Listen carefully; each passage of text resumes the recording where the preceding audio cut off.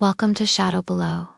Tonight, we unravel a mystery buried in the soil of a quiet British town. And the two stone heads that may have brought something ancient into one family's home. This is the story of the Hexham heads, and the question no one dares ask out loud. Were they cursed artifacts, or keys to something else? Hexham, Northumberland, to 1971. Two brothers, Colin and Leslie Robson, were digging in their backyard when they found them. Two small stone objects, carved crudely to resemble human skulls. Eyes too large. Mouths twisted unnaturally. Both heads fit in a child's palm, but were heavy, as if denser than ordinary stone. The boys brought them inside, placed them on the windowsill, laughed about their discovery. That night, things changed. The family reported. Furniture moving by itself. Chilling drafts in sealed rooms, a foul odor no one could locate. Doors creaking open always toward the hallway, and worst of all, footsteps on the stairs, footsteps with a limp. The mother, Mrs. Robson, awoke one night to find a shadowy figure at the foot of her bed. She described it as half wolf, half man covered in hair, but walking upright. It vanished when she screamed, but the next morning, they found deep claw marks on the hallway wall. Soon, neighbors began reporting their own sightings. A gray, malformed creature running across gardens. A shadow moving through walls. The sound of a deep growl, but only inside their heads. The Robsons gave the heads to a local museum. Paranormal researchers were called in. Some claimed the heads were Celtic cursed objects, possibly created to trap spirits. Others suggested Roman ritual markers, used in sacrificial rites, but one archaeologist gave the most chilling opinion. They aren't symbols, they're representations. They show what the makers saw. Dr. Anne Ross, an expert in Celtic artifacts, took the heads home for study. Within 48 hours, she claimed to have seen the creature herself. A shaggy, bipedal figure watching her daughter sleep. The family dog refused to enter the study. Books fell from shelves. She found scratched words on her bathroom mirror. Eyes open. After she returned the heads, the activity stopped. But the story doesn't end there. In 1974, a man named Day Craigie came forward. He claimed he'd made the heads himself, as a prank. He was a builder. Said he carved them from concrete. But tests showed the material wasn't modern cement. It was ancient sandstone, mixed with organic resin, possibly blood. Craigie's confession fell apart. No one believed him. So what were the Hexham heads? Toys, curses, or totems? Some demonologists speculate the heads represent Barbados, a demon of the forest, who appears when hidden things are disturbed. He hears what you unearth, and answers not with words, but with presence. In Act 2, The Thing That Watched Them Sleep, we'll explore how the Hexham heads may have mirrored protective seals turned inside out, and how families across Britain began experiencing identical phenomena, as if the heads were never meant to be buried, but to contain what had already escaped. Shall we go further? The Hexham heads did not scream. They didn't bleed, whisper, or move. They simply existed, and that was enough to undo everything. After the Robson family handed them over, the phenomena didn't stop. It multiplied. Anyone who held the heads, touched them, or even kept them nearby for a single night, began to experience the same thing. Dreams they couldn't wake from, and as always, eyes watching them from within those dreams. 1972 to Oxford. A graduate researcher took one of the heads home just to test the weight and material. He left it on his desk, went to bed, and woke up standing in the garden, barefoot, bleeding, clutching a fork with two broken tines. He didn't remember walking outside, but the grass beneath his feet was flattened in perfect spirals. That same night, His roommate reported a gurgling noise from the kitchen sink. When he turned the faucet, maggots poured out with the water. They moved in patterns, almost forming letters. 1973, London. A woman named Eva Llewellyn kept both heads in a locked display cabinet. She was a collector of dark relics. Thought she was immune, but her children began complaining about the mirror in their room.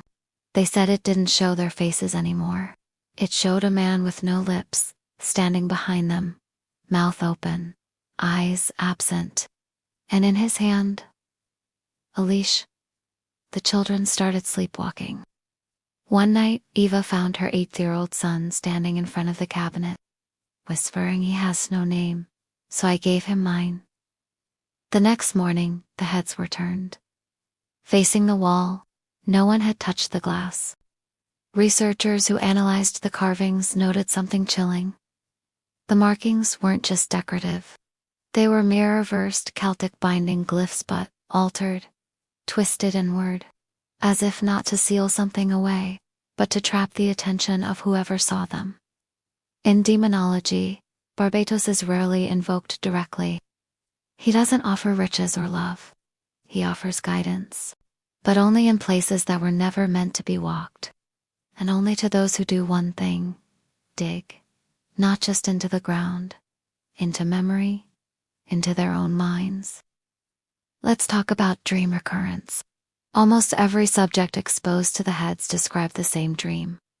A dim hallway, wooden floorboards creaking in the dark, and at the end, a door slightly ajar. They feel compelled to walk toward it, but never reach it, because just before they touch the doorknob, they wake up, sometimes screaming, sometimes weeping, always cold. One subject, a nurse named Angela Fielding, saw something else. I opened the door in the dream. Inside was a nursery, empty crib, rocking horse swaying, and the sound of breathing. But it wasn't coming from the crib. When she woke, her own crib from child hooked in storage had been broken in half. No one had touched it in years. Perhaps psychologists believe the heads are passive, anchors like bait. They don't harm, they invite. And the entity behind them doesn't enter rooms. It enters narratives. Once you've imagined it, you've seen it. Once you've named it, it names you back. In Act 3, Eyes That Don't Close, we'll trace the head's final sightings, uncover why every museum that displayed them closed mysteriously, and reveal the unpublished diary of a priest who believed the heads weren't just haunted, but holy in the worst possible way. Because some things aren't cursed, they're worshipped. And now they're waiting. Where are the Hexham heads now? No museum has them. No university lists them in any archive. And yet, people keep seeing them. Manchester, 1997. A small occult bookstore received a donation box with no return address. Inside were old grimoire pages, herbs, dried clay, and 2 stone objects, skull-like, carved in spirals. One had scratches around the eyes as if someone had tried to gouge them out. The owner, a skeptic, put them in the back. 2 nights later, he closed early, claimed the lights wouldn't turn off. Security footage shows something flickering, frames dropped every 9 seconds. At 3:33 a.m., the camera cut out completely. When the owner returned the next morning, he found the storage room in perfect condition, except for the wall above the shelf, where the head sat. It had been burned. One phrase remained, barely visible. Your face isn't yours. Online forums 2000s. Reports begin to surface of people dreaming about the heads even without ever seeing them. They describe a living room they don't recognize, a mirror with no reflection to objects on a windowsill. Watching them sleep, a figure in the corner, slowly approaching. It's always the same distance away.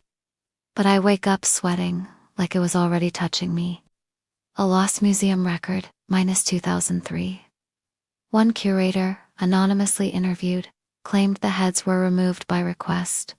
When asked by whom, she refused to say but her final note.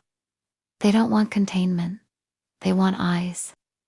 This ties back to While most demons in the Gatia are conjured for power, Barbados has another role. He is a gatekeeper, not between life and death, but between the known and the almost forgotten. He speaks in recognition, in memory, distortion, in familiarity turns sour. Let's talk about the most terrifying detail. Every person who claimed to dream of the Hexham heads, when asked to describe the room, said it felt like their childhood home. Not exactly. Not architecturally, but emotionally. The feeling of a place they knew long ago. And that's the signature of something old. Not that it frightens you, but that it feels like it knows you. Some demonologists believe the heads were never dangerous on their own. They were carved to anchor Barbados long enough for a ritual to begin. And when those heads were moved, handled, displayed, they extended the ritual to homes, to museums, to you. If you've listened this far, you've completed the first step. Because that's how Barbados enters. Not through summoning circles, not through blood, but through listening. He doesn't need to be called. He just needs you to imagine his face. And once you do, you've created it. Some say that's why the Hexham heads disappear. They weren't stolen. They weren't destroyed. They simply moved to a new vessel. A subtler one. A story. This was Shadow Below. If your mirror seems darker tonight, if something feels 1 inch too close, it may not be a reflection. Subscribe for the next descent. And remember, don't dig what you can't rebury.